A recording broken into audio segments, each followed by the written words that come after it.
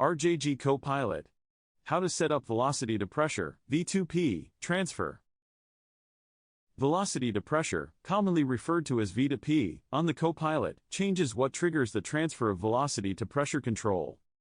Instead of the machine determining transfer by screw position, transfer is based on reaching an actual cavity pressure set point.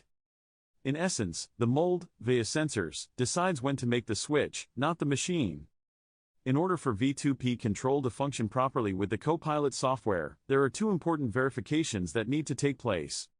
First, verify that an output relay is designated in the CoPilot, as demonstrated in this video. Then, verify that an external transfer is enabled on the injection molding machine. Beginning at the CoPilot job dashboard, to access the Setup menu, select the three-line menu option at the top left of the screen. From the list of options that appear, select Setup. In the Setup menu, we can see that the machine outputs card has a green border and a green circle with a checkmark, indicating that machine outputs are set up. We can further verify this by selecting the machine outputs card. And we can see here on the machine output screen for our example, that there is a V2P output relay sensor in green. This verifies that there is an output relay programmed, which enables the CoPilot to send the proper signal to the injection molding machine. The warning that appears at the bottom of the screen is a notification that if changes are required for the machine outputs, the job must be stopped first. Since we have verified that V2P is set up with an output relay, we can close the warning by selecting the X at the far right of the red box.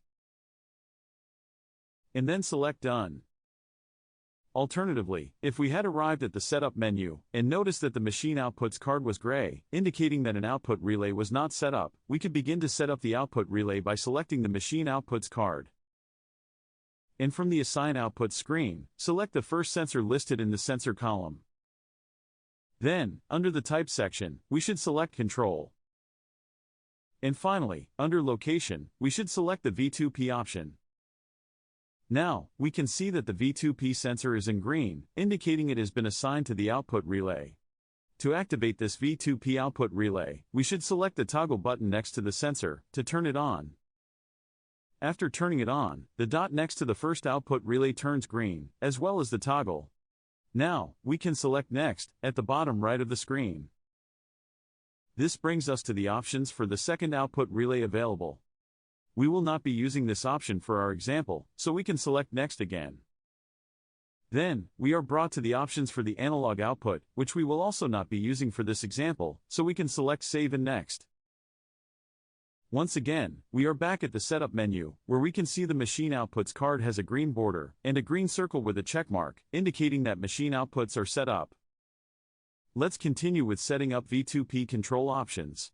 Select the three-line menu option in the upper left corner. And then select Job Dashboard. At the Job Dashboard, we should bring in the CoPilot V2P widget to proceed with the setup. For our example, we will replace the Job Overview widget with the V2P widget by first selecting the 9-dot circle in the upper right of that widget. From the Choose a Card view page, we will select the Velocity to Pressure Control card. Here, we can see that the Velocity to Pressure Control widget has been added to the Job Dashboard. To enlarge the widget, we will double-select it.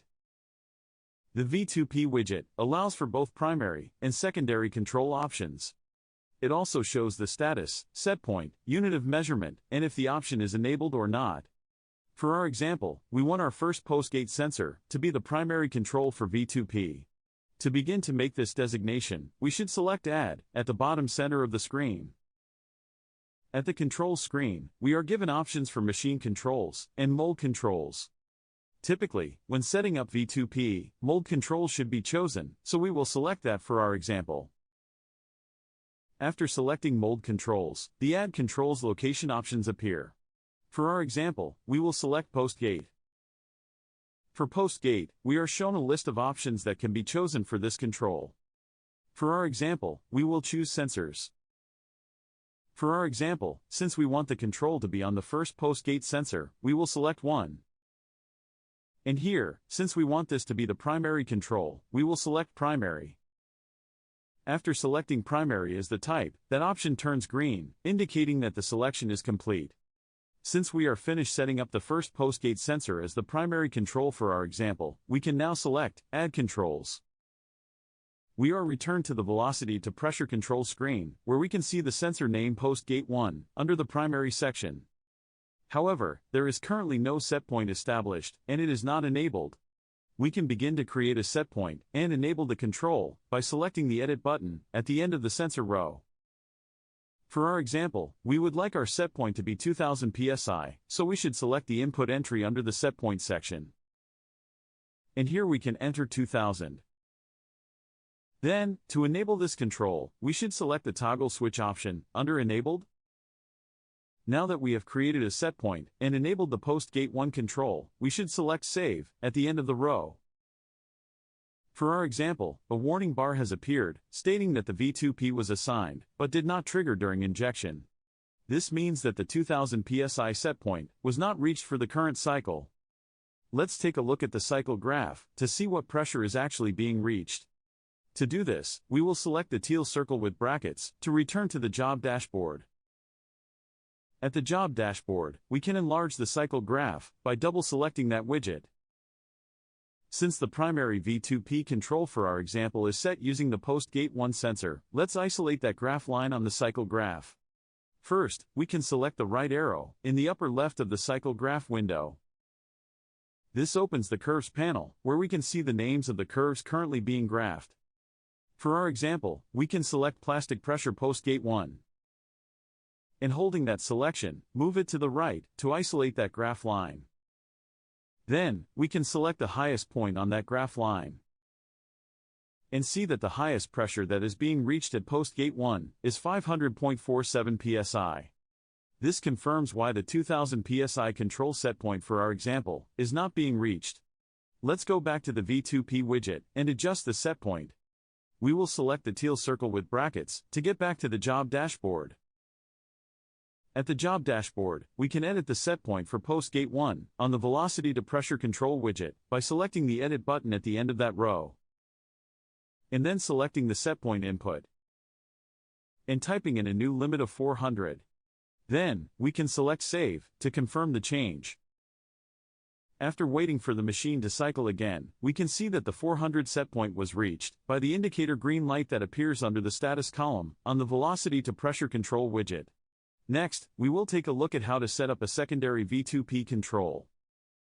In most cases, primary control should be used for V2P, but a secondary control can be set up in the event that the primary control is not functioning as it should. For our example, we would like to have a secondary control that will trigger on the maximum pressure of either the first or second postgate sensor. To begin to do this, at the bottom middle of the velocity to pressure control widget, we can select the Add option. At the Controls page, we should select Mold Controls. From the location options that appear, to go into the options for postgate sensors, we should select Postgate. For our example, we want to set up the secondary control to look at both of the postgate sensors and trigger on the one that reaches the setpoint first. To do this, we will select the Max option. And because this will be our secondary V2P control, we will select Secondary. With the control options for the secondary V2P control for our example selected, we can select Add Controls. At the velocity to pressure control screen, we can now see the postgate max secondary control has been added.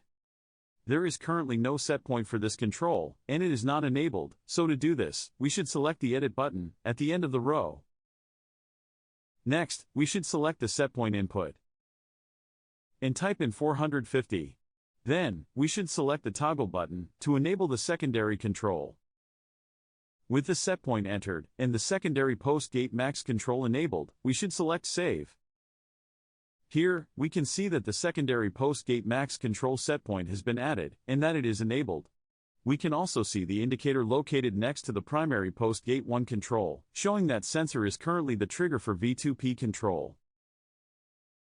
Please remember that in order for V2P control to function properly with the CoPilot software, there are two important verifications that need to take place. First, verify that an output relay is designated in the CoPilot, as demonstrated in this video. Then, verify that an external transfer is enabled on the injection molding machine. Thank you for watching this video regarding CoPilot, how to set up velocity to pressure, V2P, transfer. For further assistance, please refer to the product manual or contact our customer support department at support@rjginc.com or by calling 1-800-472-0566.